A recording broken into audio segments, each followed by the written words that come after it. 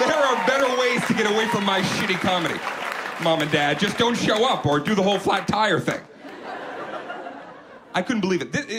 That was I deleted it, but it festered on my brain for the next couple of years. I thought about it, and I was like, sometimes it would, piss me off, and I just couldn't. Sometimes I was just driven by it. It really, made me want to work harder. And then I tell you all this because it's amazing the way life positions, the chess game of life. Guess who wrote me a follow-up email 2 weeks ago? Anonymous. And I brought the letter because I want to share this with you, okay? I brought the letter, and I'm going to read this to you, and I really think that this shows that sometimes in life you have that moment where there's high road and low road. And I think that you're going to appreciate the way this went down. So first let me read you what he wrote to me, which was, again, from anonymous@yahoo.com came in, and when I saw that, again, first reaction, I was like, great fucking name. Gotta hand it to him. Lucky bitch to get that. Subject line, please read this. Okay, I open it up. Dane, I was drinking, out of work, and depressed when I wrote you that letter a couple of years ago. I am myself dealing with my father dying of a brain tumor. I respect and understand you now. Anonymous. So I read this a couple of times, and then I thought, I'm going to write back.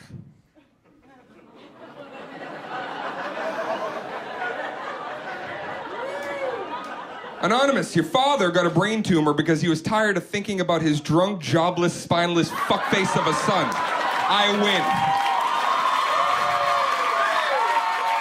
Oh, I took the low road. That was the point of that story.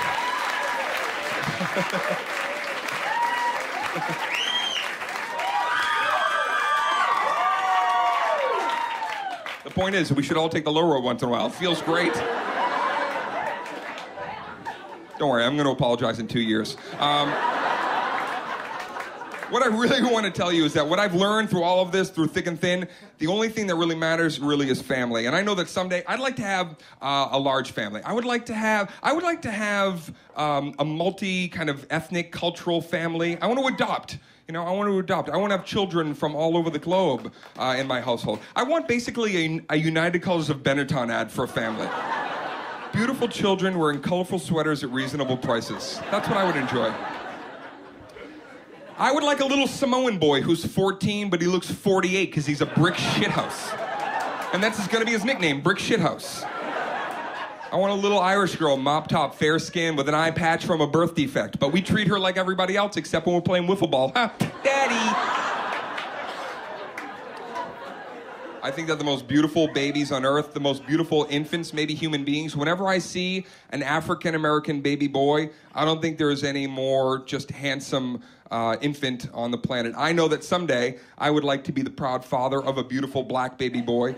And I would keep him till he's around 11, because that's when they start to get scary. I'm not racist. I've got a black president.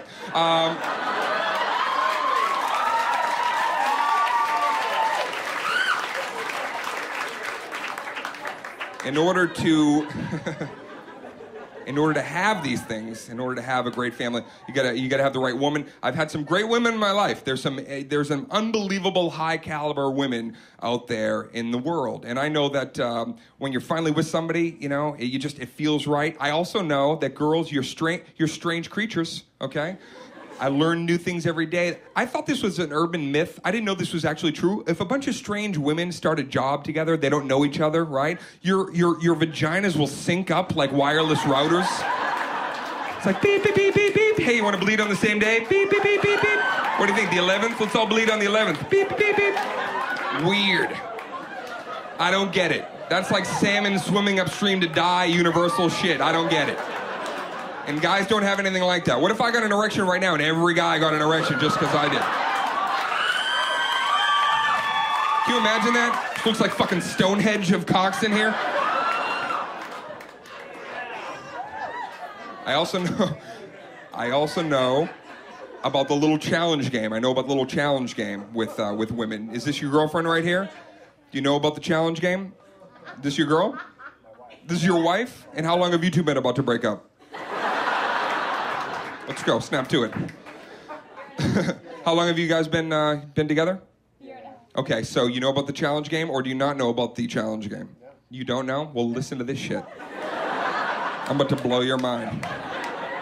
Because once you hear this, okay, once you hear what I'm about to unleash, then it's gonna all make sense, okay? Several times throughout the day, every day, your girl will play this little game. It's almost a choose-your-own-adventure game that girls play. It's a question, and then there's answer A, and there's answer B, and they're both fucking wrong. How do you identify? You're saying, Dane, how do I know it's coming? The first half of the first sentence is always exactly the same. Your girl's gonna come up, whatever it is you're doing, and she's gonna go, what would you do if... followed by a mumbo-jumbo that you better be ready to dance with, okay? One time my girl was making a big turkey dinner with all the fixins, and she just came up to me and she goes, what would you do if I took all the food I just cooked and I threw it away? I was like, first of all, don't do that. Like, maybe you should get the fuck out of the kitchen if you're even considering that right now.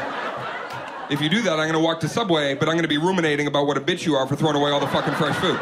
Throwing away all the food, baby? No.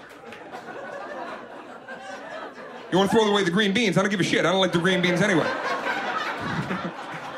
One day she's driving the car, and I'm sitting with her, and apparently we're low on gasoline, and she goes, what would you do if I didn't tell you we were about to run out of gas, and I just let us run out of gas? You're asking me what would I do if you knowingly let us run out of gasoline? I would call you a fucking asshole to your face. That's a horrible thing to do. This is a dangerous road to be letting us run out of gas. Don't do that. Hey, don't do that. I took her to a football game, and we're standing in line. We're waiting to be scanned to go into the stadium, and she's holding the tickets. Because two things I know about girls. You love to hold the tickets, and you don't want a table, you want a fucking booth, and you'll wait. She got the tickets. She just turns back to me and goes, what would you do if I took your ticket and my ticket, and after they scanned me, I went in, and I didn't come back for you? I don't know, maybe backtrack this entire relationship, try to find my ex and work things out? That's just off the top. How's that grab you? Line's moving. Line's moving. It's unfair because girls, you don't like when we play the game. That's what sucks about it. When we try to play the game, you think it's really just out of control, right? When my girl took me to a big family reunion and I walked up to her, I go, what would you do if I came out of your mother's bedroom covered in blood going, we gotta get out of here? That's not funny, Dane. I know it's not funny. I'm covered in your mom's blood. We gotta go. If it was funny, I'd say, come here, you gotta see what I did to your mom. Trust me, this is gonna work out. Come here.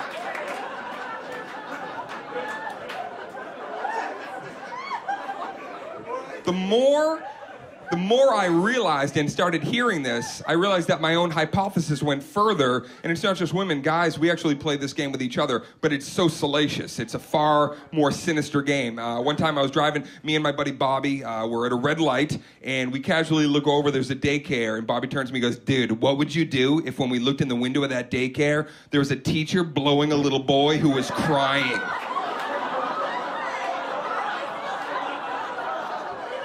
Would we drive away or go in and kick his ass? I was like, well, we would definitely go in and kick his ass. He goes, all right, dude, check it out. After we saw the teacher blowing the little boy who was weeping, what if you looked down and I had an erection? I would deal with that later. Can you not add a Third Amendment to this horrific Dateline episode? This is...